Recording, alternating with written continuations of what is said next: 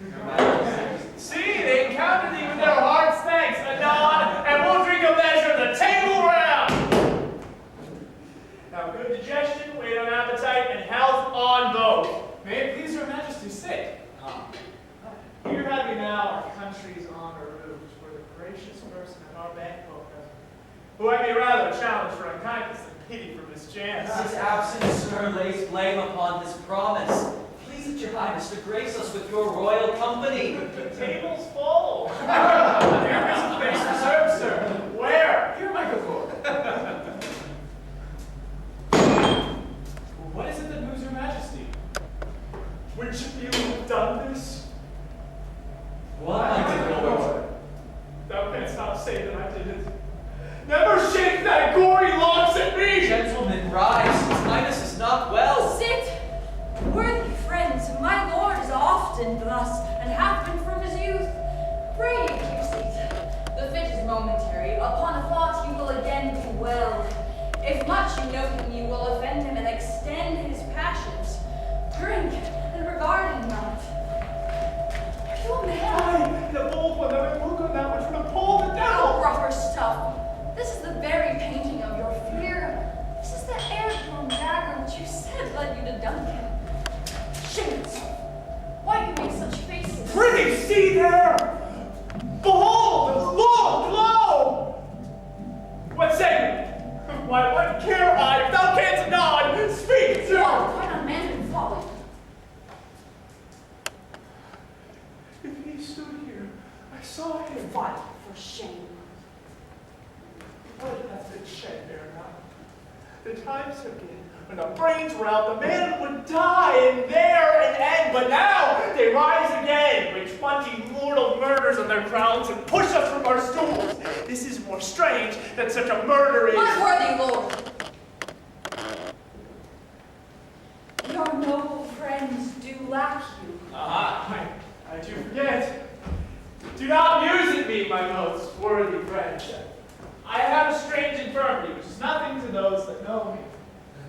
Come, love and health to all, and then I'll sing. Give me some wine. Fill full. I drink to the health and general joy of the whole table, and to our dear friend Banquo, whom we miss. Would he were here. To all in thirst, and all to all. Our duty set in the pledge. Open my sight! The bones are perilous. The blood is cold. Thou hast no speculation in those eyes that thou dost glare with. Think of this, good peers, but as a thing of custom. 'Tis no other, only it spoils the pleasure of the time. What man dare? I dare! Approach thou like the rugged Russian bear, the Hyrcan tiger, the armed rhinoceros. Take any shape but that, and my firm nerves shall never tremble, or be alive again, and dare me to the desert with my sword. If trembling I inhabit, then protest me the baby of a girl. Hence, horrible shadow, unreal mockery, hence!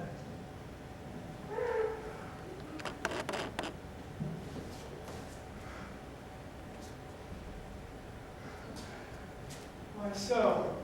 Being gone, I am a man again. I pray you sit still. You have displaced the mirth. Broke good meeting with the most admired disorder. Can such things be and overcome us like a summer's cloud without our special wonder? You make me strange. Even to this disposition that I owe, where I think you can look upon such sights and keep the natural ruby of your cheeks, while mine do blanch with fear. What sights, my lord? I pray you speak not. He grows worse and worse. Question enrages him. A kind good night to all. Stay not upon the order of your going, but go at once.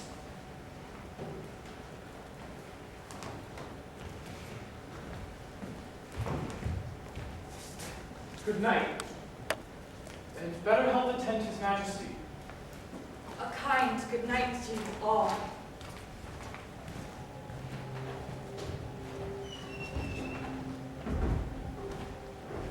It will have blood, they say. Blood will have blood. How goes the night? Almost at odds with the morning. Which is which? How sayest thou that Macduff denies his person at our great bidding? Did you send him, sir? I hear it by the way, but I will send. There's not a one, but in his house I keep a servant feed. Tomorrow I will, betimes I will to the weird sisters, for I am bent to know by the worst means the worst. For my own good, all other causes shall give way. I am in blood. Stepped in so far, that should I wade no more, returning were as tedious as to go o'er. Strange thoughts I have in mind, which must end, which will be acted ere they may be scanned. You lack the season of all natures. Sleep. Come, will to sleep. My strange and self-abuse is the initiate fear that wants hard use.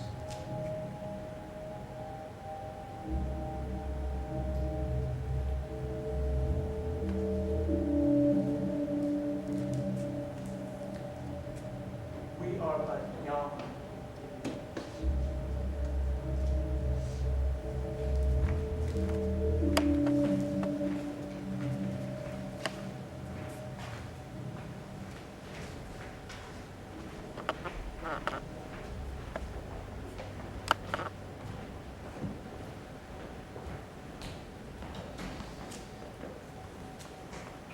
Things have been strangely born. The gracious Duncans pitied of Macbeth, marry, he was dead. And the right valiant Banquo walked too late. You may say, if it please you, Fleance killed, or Fleance fled. And who cannot want the thought how monstrous it was for Malcolm and Donald Bain to kill their gracious father? And in fact, how would it grieve Macbeth?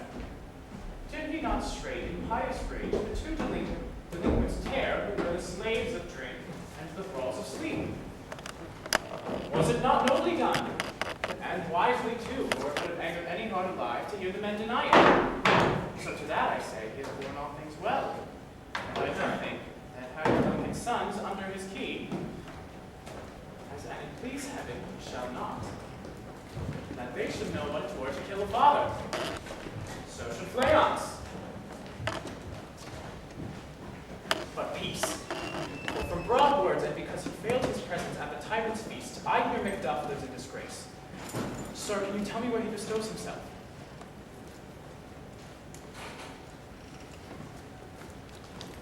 The son of Duncan lives in the English court and is received the most pious Edward. Thither Macduff is gone to pray the holy king upon his aid to wake Northumberland and warlike Seward, that by all these we may again give to our tables meat, sleep to our nights, free from our feasts and banquets, bloody knives, all that we pine for now. And this report hath so exasperated the king that he now prepares for some attempt of war. Sent he to Macduff? He did. And with an absolute, "Sir, not I," the cloudy messenger then turns his back and hums, as who should say, "You'll rue the time that clogs me with this answer." And to that well might advise him to a caution, to hold what distance his wisdom can provide. Some holy angel fly to the court of England and unfold his message ere he come, that swift blessing may soon return to this our suffering country under a hand accursed. I will send my prayers with him. Lennox!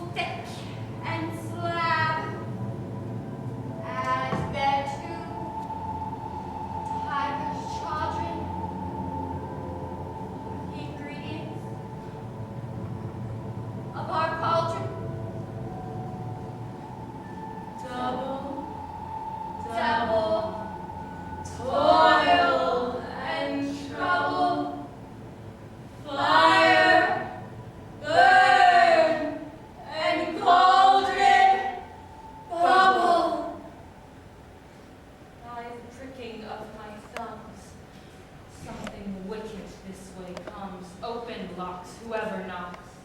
How now, you secret, black, and midnight act? What is to do? A deed without a name. I conjure you by that which you profess, howe'er you came to know it. Answer me. Speak, demand, will answer. Say, if thou'dst rather hear it from our mouths, or from our masters. Call him. Let me see him.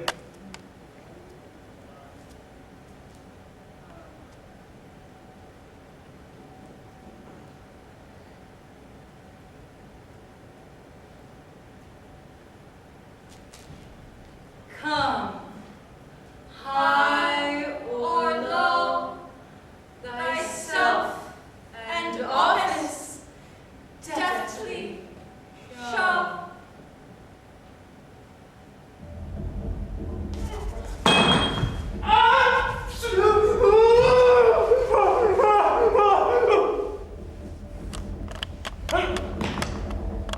Tell me, thou unknown power. He knows thy thought.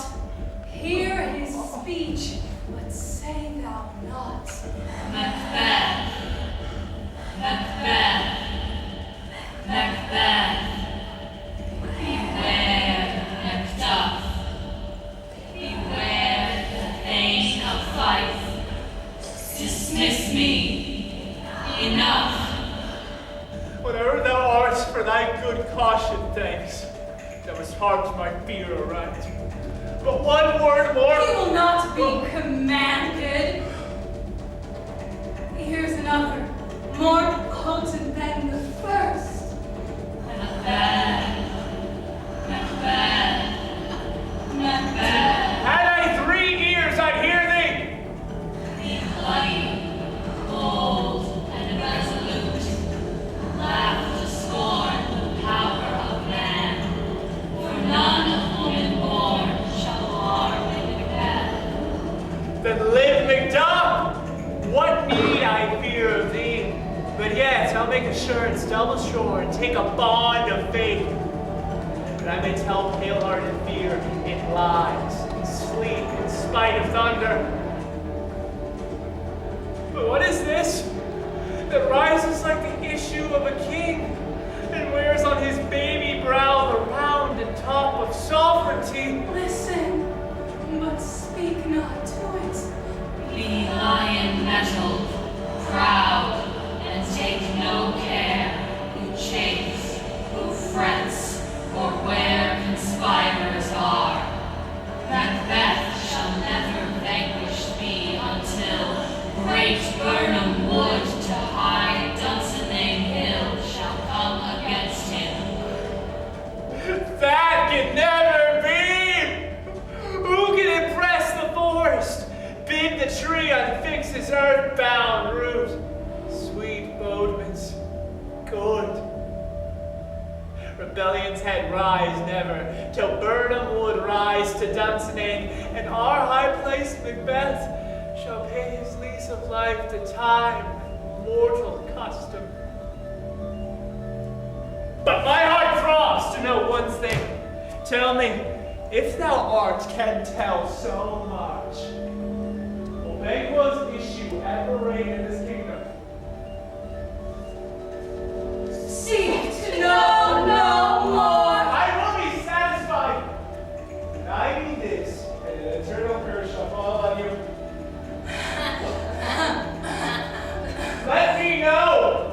Show his eyes and grieve his heart. Come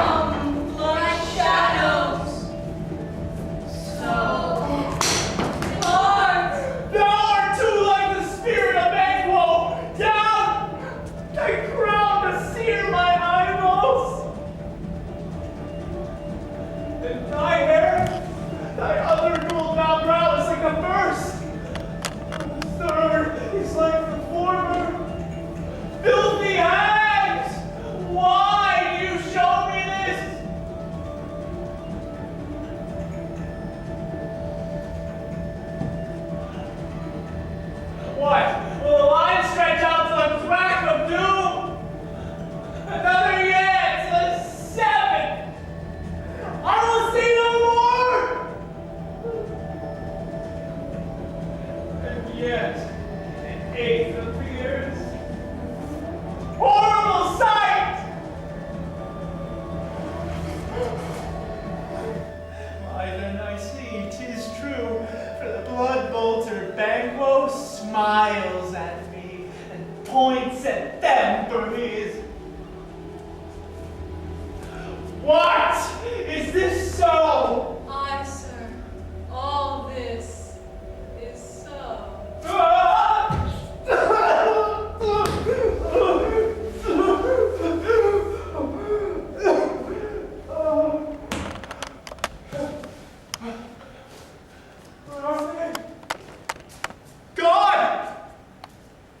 Let this pernicious hour stand I accursed in the calendar. Come in, without there! What is your grace's will? Seest thou the weird sisters? No, my lord. Came they not by you? No, indeed, my lord. Fetched be the air whereon they ride, and damn we those that trust them. I heard the gallant reports. Who was that came by? 'Tis 2 or 3, my lord, that come to bring you word. Macduff is fled to England. Fled to England. Aye, my good lord.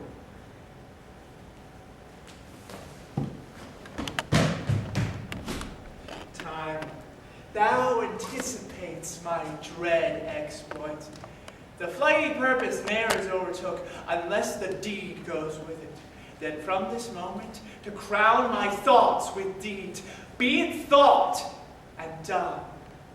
The castle of Macduff I will surprise, seize upon Fife, put to the blade his wife, his babes, and all unfortunate souls, and trace him in his line. No more boasting like a fool, this deed I'll do before the purpose cool. But no more sights!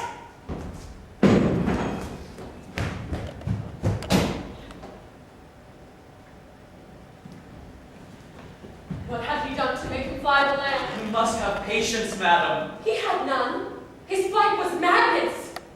When our actions do not, our fears do make us traitors. You know not whether it was his wisdom or his fear. Wisdom. To leave his wife, to leave his babes, his mansion, and his titles in a place from whence himself does fly. He loves us not. All is the fear, and nothing is the love. As little is the wisdom where the flight so runs against all reason. My dearest cause, I pray you, school yourself. For your husband, he is noble, wise, judicious, and best knows the fits of the season. I dare not speak much further. But cruel are the times when we are traitors and do not know ourselves. When we hold rumor for what we fear, yet know not what we fear, but float upon a wild and violent sea each way and move. I take my leave of you. I doubt some danger does approach you nearly.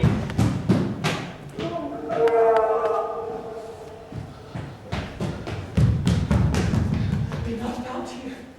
Hence, with your little ones to fight you thus, methinks I am too savage. To do worse to you were fell cruelty, which is too nigh your person. Heaven preserve you. I dare abide no longer. Whither should I fly? I have done no harm. But I remember now I am in this earthly world where to do harm is often laudable. To do good sometimes accounted dangerous folly. Why then, alas, do I put up that womanly defense to say I have done no harm? What are these faces?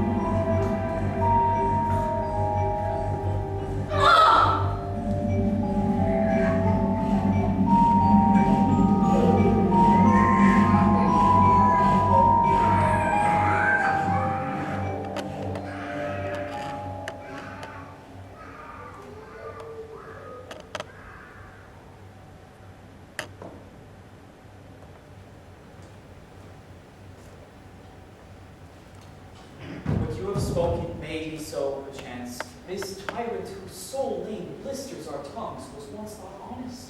You have loved him well. He hath not touched you yet. I am young, but something you may deserve of him through me, and wisdom to offer up a weak, poor, innocent lamb to appease an angry God. I am not treacherous. What Macbeth is. A good and virtuous nature may recoil in an imperial charge. But I shall crave your pardon. That which you are, my thoughts cannot transpose. Though all things foul would wear the brows of grace, yet grace must still look so. I have lost my hopes. Perchance even there were I to find my doubts. Why in that rawness left you wife and child, those precious motives, those strong knots of love, without leave-taking? Fare thee well, Lord. I would not be the villain that thou thinkst for the whole space that's in the tyrant's grasp, and the rich east to boot. Be not offended. I speak not as an absolute fear of you. I think our country sinks beneath the yoke. It weeps, it bleeds, and each new day a gash is added to her wounds. I think withal there would be hands uplifted in my right, and here from gracious England have I offer of goodly thousands. But for all this, when I shall tread upon the tyrant's head, or wear it on my sword, yet my poor country shall have more vices than it had before, more suffer and more sundry ways than ever by him that shall succeed. What should he be? It is myself, I mean, in whom the particulars of vice so grafted that when they shall be opened, black Macbeth will seem as pure as snow, and the poor states esteem him as a lamb, being compared with my confineless harms. Not your legions of horrid hell become a devil more damned evils to top Macbeth. I grant him bloody, luxurious, avaricious, false, deceitful, sudden, malicious, smacking of every sin that has a name. But there's no bottom, none in my voluptuousness. Your wives, your daughters, your matrons, and your maids could not fill up the cistern of my lust. Better Macbeth than such in one to raid. There cannot be that vulture in you, to devour so many as will to greatness dedicate themselves, finding it so inclined. With this there grows in my most ill-composed affection such a staunchless avarice that, were I king, I should cut off the nobles for their lands, desire his jewels and his other's house, and my more having would be as a sauce to make me hunger more. This avarice sticks deeper, grows a more pernicious root than summer seeming lust. And it hath been the sword of our slain kings. Yet do not fear. Scotland hath poisons to fill up your will of your mere own. All these are portable with other graces waiting. But I have none. The king becoming graces as justice, verity, temperance, stableness, bounty, perseverance, mercy, lowliness, devotion, patience, courage, fortitude. I have no relish of them. If such an one be fit to govern, speak. I am as I have spoken. Fit to govern? No, not to live. Oh, nation miserable, with an untitled tyrant bloody sceptered. When shalt thou see thy wholesome days again? Since that the truest issue of thy throne by his own interdiction stands accursed, and does blaspheme his breed. Fare thee well, Lord. These evils thou repeatest upon thyself hath banished me from Scotland. O my breast, thy hope ends here. Macduff, this noble passion, child of integrity, hath from my soul wiped the black scruples, reconciled my thoughts to thy good truth and honor. Devilish Macbeth by many of these trains hath sought to win me into his power, and modest wisdom plucks me from over-credulous haste. But God above deal between thee and me, for even now I put myself to thy direction, and speak my own detraction. Here abjure the taints and blames I laid upon myself for strangers to my nature. What I am truly is thine and my poor country's to command. Whither indeed before thy here approach old Seward and 10,000 warlike men, all ready at a point from setting forth. Now wheel together, and the chance of goodness be like our words and quarrel. Why are you silent? Such welcome and unwelcome things at once. 'Tis hard to reconcile. Well, more anon. See who comes here. My countryman, but yet I know him not. My ever-gentle cousin, welcome hither. I know him now, good God, but times remove the means that make us strangers. Sir, amen. Stand Scotland where it did. Alas, poor country, almost afraid to know itself, cannot be called our mother from our grave, where nothing but who knows nothing is once seen to smile, where sighs and groans and shrieks that rend the air are made, not marked, where violent sorrow seems a modern ecstasy. The dead man's knell is there scarce asked for who, and good men's lives expire before the flowers in their caps, dying where'er they sicken. What's the newest grief? How does my wife? Why, well, And all my children?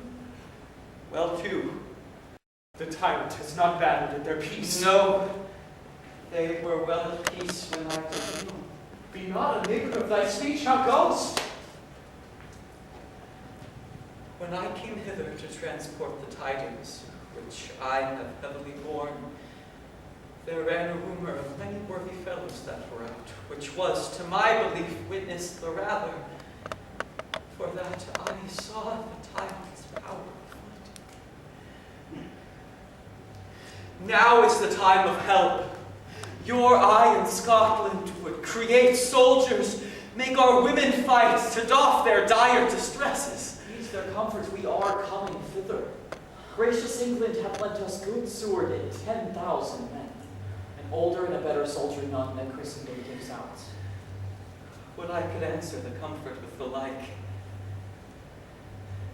But I have words that would be howled out in the desert air where hearing should not latch them. What concern they? The general cause? Or is it a fee grief due to some single breast? No mind that's honest, but in it shares some woe. Though the main part pertains to you alone. Be mine, keep it not from me. Quickly, let me have it. Your castle is surprised. Your wife and babes savagely slaughtered. To relate the manner were on the quarry of these murdered deer. To add the death of you.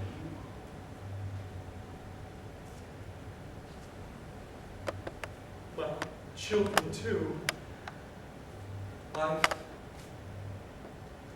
children, servants, all that could be found. And I must be from thence. My wife killed too.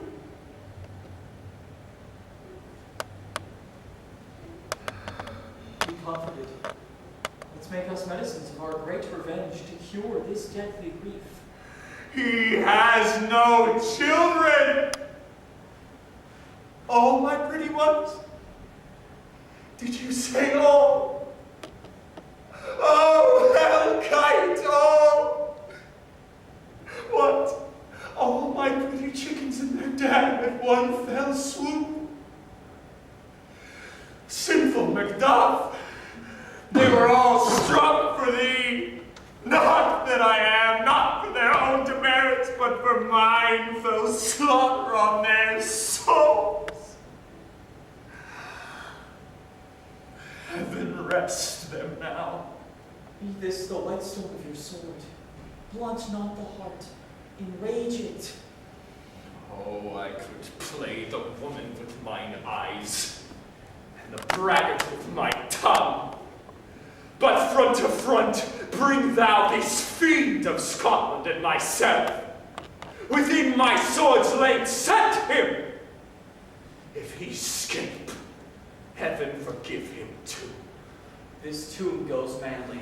Come, go we to the king, our power is ready. Our lack is nothing but our leave. Macbeth is ripe for shaking, and the powers above put on their instruments. Receive what cheer you may, for the night is long that never finds the day.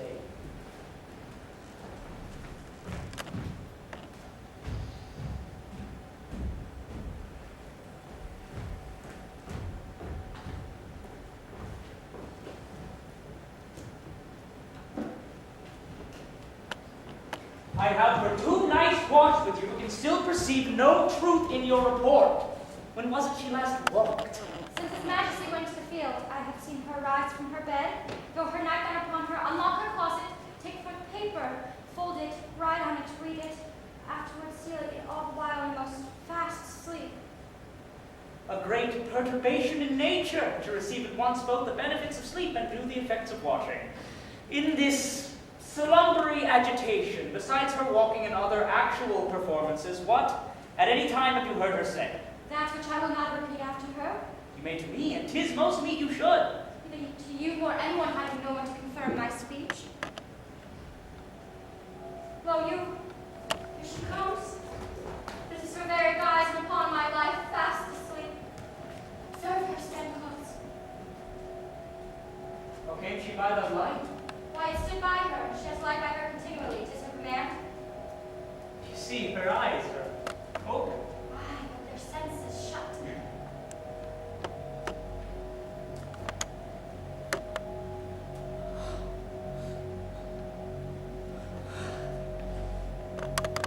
Look, what is it she does? Look how she rubs her hands. It is an accustomed action with her to be seen thus washing her hands. I have known her to continue in this quarter of an hour. Yet here's a spot. Hark! She speaks. I will set down what comes from her to satisfy my remembrance the more strongly. Out, dim spot. Out, I say. 1, 2. Why then, 'tis time to do it.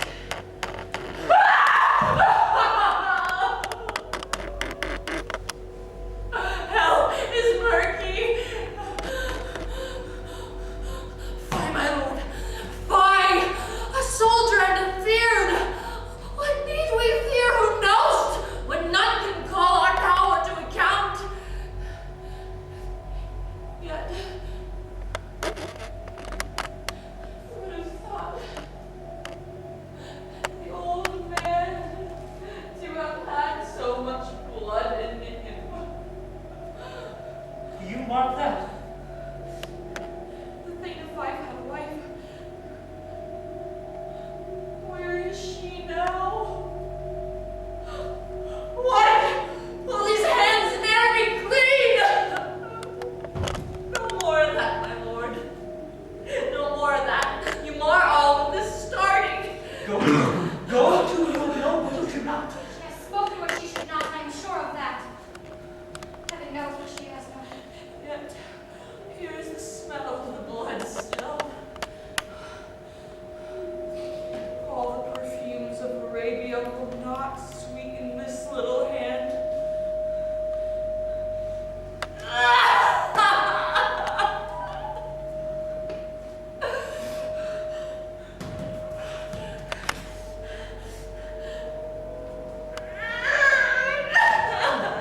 What a sigh is there! The heart is sorely charged.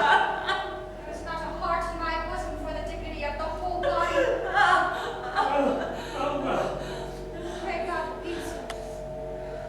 This disease is beyond my practice yet. I have known those who have walked to their sleeps and died wholly in their beds. Get on your nightgown. Wash your hands. Look not so pale.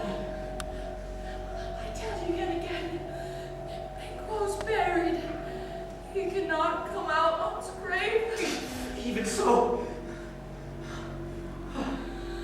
To bed. To bed. I hear him knocking at the gate. Come, come, come, come, come, come! Give me your hand!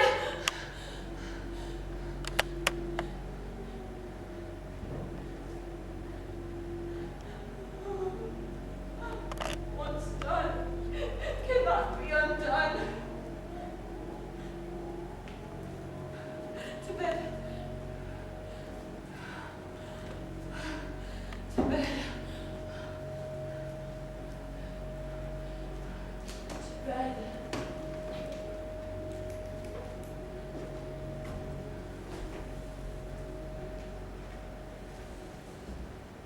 will she go now to bed?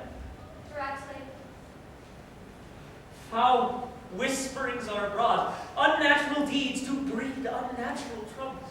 Infected minds to their death pillows will discharge their secrets. Need she more now the divine than the physician? God forgive us all. Look after her. Remove from her the means of all annoyance, and yet still keep eyes upon her. And so, good night. My mind she has mated, and amazed my sight, I think, but dare not speak.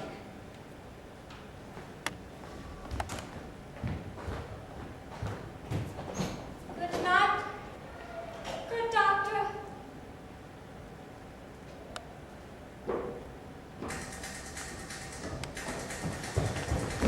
The English power is near.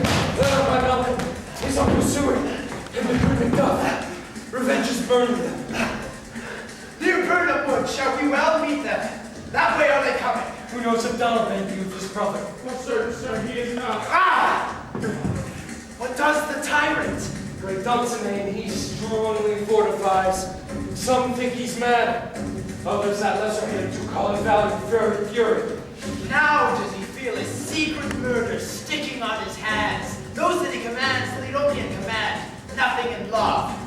Now does he feel his title hang loose about him, like a giant's robe upon a dwarfish thief. Who then shall blame his pestered senses to recoil and start, when all that's within him doth condemn itself for being there?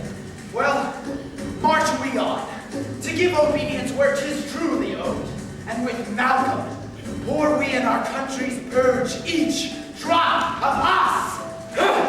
Make real march toward Burnham! Bring me no more of horns. Let them fly all. Till Burnham forts come to Dunsinane, I cannot chafe with fear.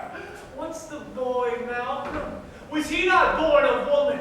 The spirits that know all mortal consequences have pronounced me thus. Fear not, Macbeth, for no man born of woman shall e'er have power upon thee. Then fly, false thanes, and mingle with the English epicures. The mind I sway by, the heart I bear, shall never sag with doubt or shake with fear.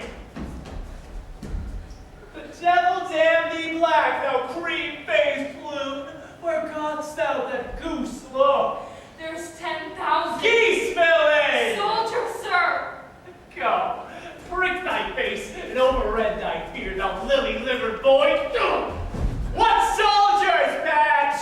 Those linen chiefs of thine are counselors to fear. What soldiers, Wayface? The English force, so please you. Take thy face hence. Seated!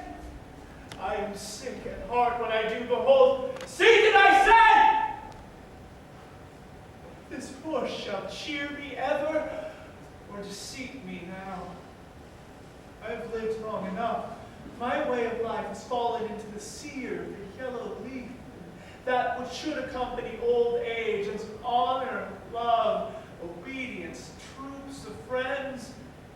I must not look to have, but in their stead curses, not loud but deep, mouth honor and breath, which the poor heart would fain deny, dare not.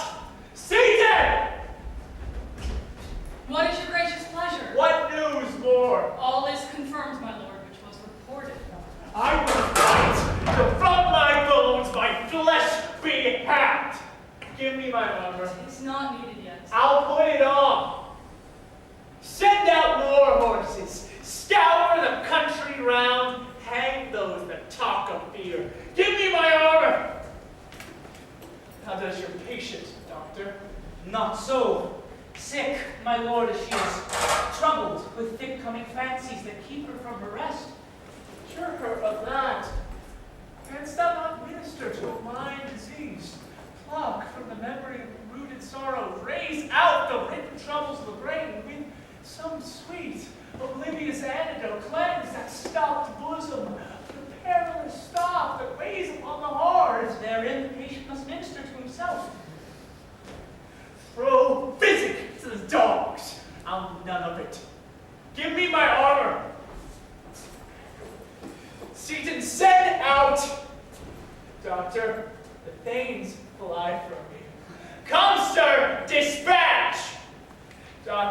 if thou couldst, cast the waters of thy land, purge into a sound and pristine health, I would applaud thee to the very echo that should applaud again. Pull off, I say! What rhubarb, senna, or other purgative drug could scour these English heads?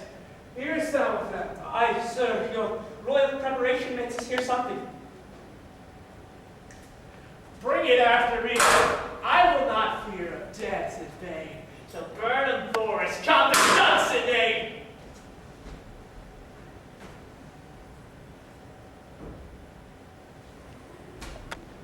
Were I from Dunsinane away and clear, prophet again should hardly draw me here.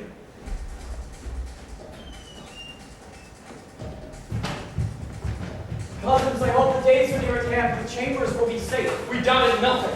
What wood is this before us? The wood of Burnham. Let every soldier hew down a bough and bear it before him. Thereby shall we shadow the numbers of our host and make discovery ere a report of us. It shall be done. We learn no other but the confident tyrant keeps still in Dunsinane, and will endure our setting down before it. 'Tis his main hope. For where there is advantage to be given, both more and less have given him the revolts, and none serve with him but constrained in things whose hearts are absent too. Let our just censures attend the true event, and put we on industrious soldiership. The time approaches that will with due decision make us know what we shall say we have and what we owe. Thoughts speculative, their unsure hopes relate. A certain issue stroke must arbitrate, toward which advance the war. Hang out the banners on the outward walls. The cry is still, they come!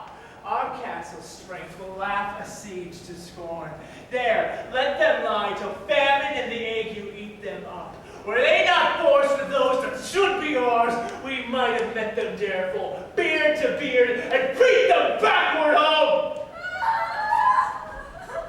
What is that noise? It is the cry of women, my good lord. I've almost forgotten the taste of fears. The times have been when my senses were able to hear a night shriek, and my fellow air would at a dismal treatise rouse and stir as life were in direness. Familiar to my slaughterous thoughts cannot once start me. Wherefore was that cry? The queen, my lord, is dead.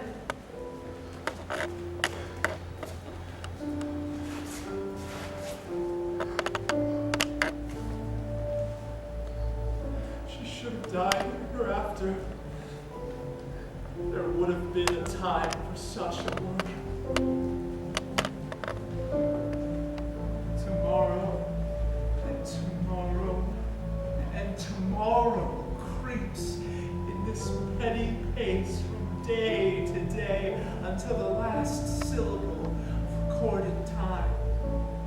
And all our yesterdays, like pools away dusty death. Out, brief candle. Life is but a walking shadow. A poor player that struts and frets his hour upon the stage, and is heard no more.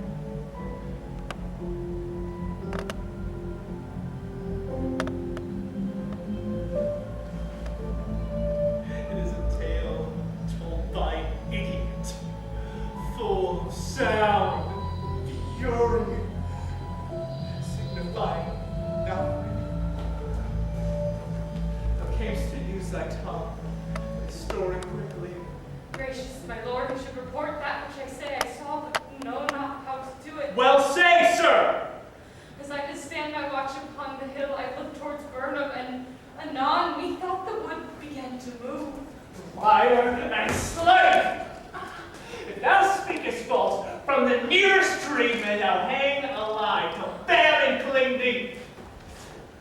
Thy speech be soothed. I care not if thou dost from me as much.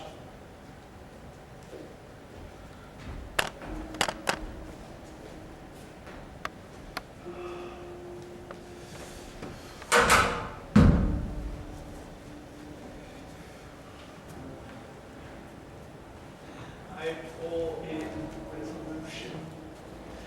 begin to doubt the equivocation fiend that lies like truth.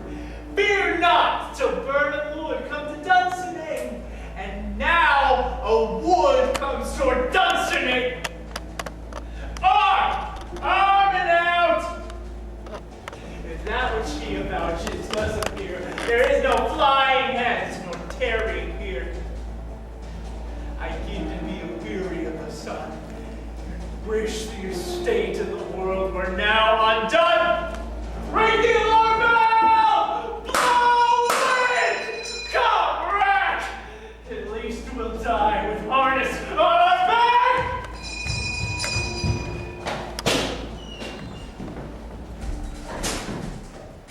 Now near enough! You leafy screens, throw down and show like those you are! You, worthy uncle, lead our first battle. Worthy Macbeth, and we will take upon us what else remains to do according to our order. Fare you well. Do we but find the tyrant's power tonight? Let us be beaten if we cannot fight. Ah! Let go our trumpets speak. Give them all breath. Those clamourous harbiangers of blood and death.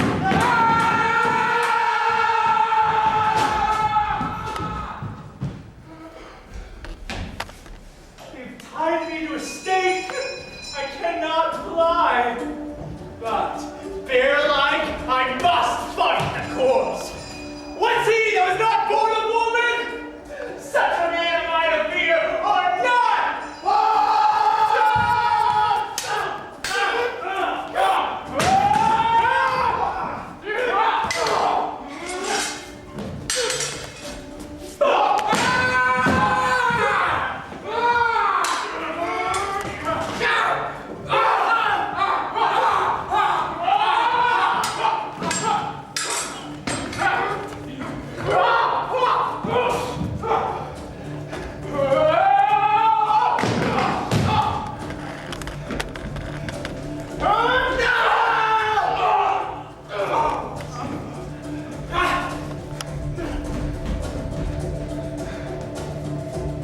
Thou was born of woman. Swords I laugh at, weapons not to scorn. Brandished by him that's a woman born!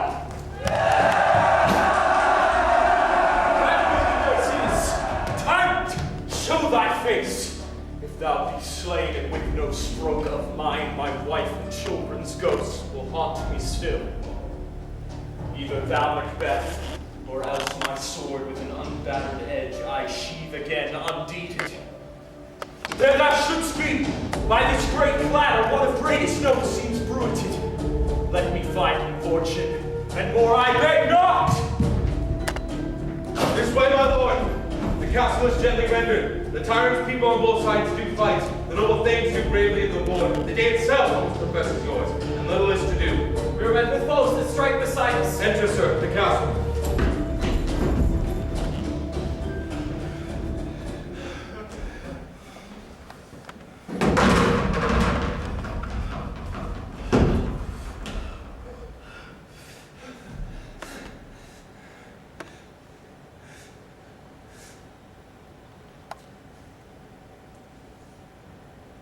Why should I play the Roman fool and die on my own sword? Whilst I see lives, the gashes do better on them. Turn, hellhound, turn! Of all men else, I am appointed. Forgive thee, backward.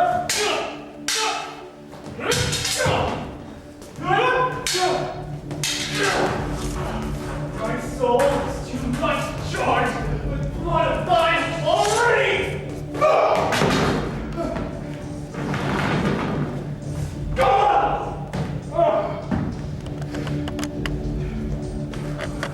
I have no words. My voice is in my sword.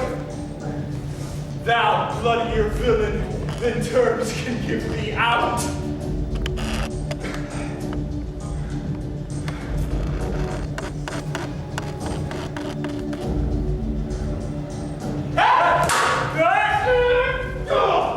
Thou losest labor! As easy as thou the entrenched arrow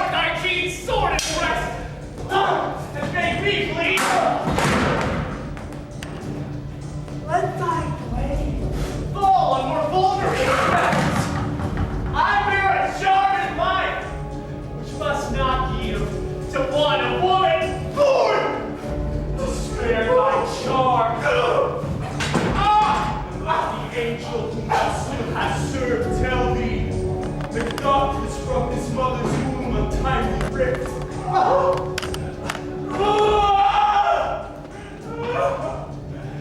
Cursed be the tongue that tells me so, for it hath cowed my better part of man. Be these juggling fiends no more believed. They palter with us in a double sense. They speak the word of promise to our ear and break it to our hope. I will not fight with thee. Then yield thee, coward, and live to be the show and gaze in the time.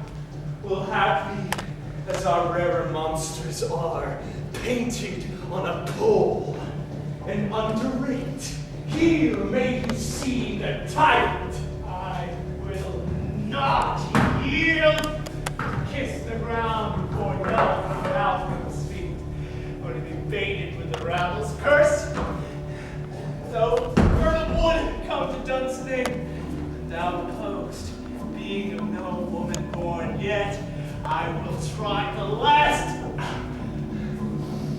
For my body, I throw my warlike shield. Lay on Macbeth, and damn me him that first cries hold. Enough!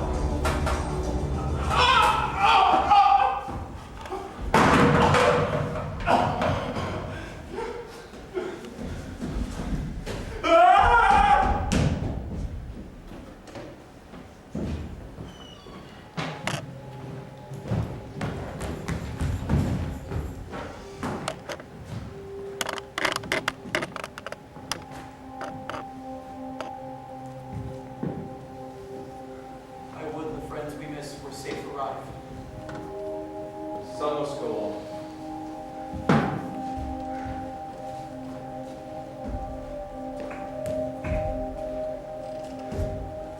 And yet by this I see so great a day as this is cheaply bought. Hail, King, for so thou art. Behold where stands the usurper's cursed head. The time is free. I see thee compassed by thy kingdom's pearl, who speak my salutations in their minds, whose voices I desire aloud with mine. Hail, King of Scotland! Hail, King of Scotland!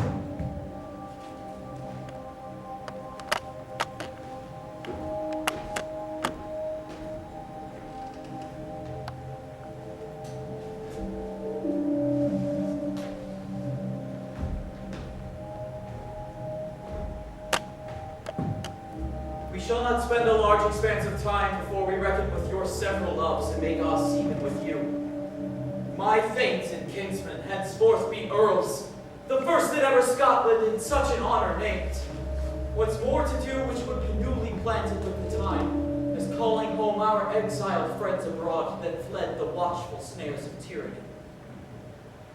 Producing forth the cruel ministers of this dead butcher and his fiend-like queen, who as 'tis thought by self and violent hands took off her life. And what needful else that calls upon us by the grace of grace, we will perform in measure, time, and place. So thanks to all at once and to each one, whom we invite to see us crowned and scone.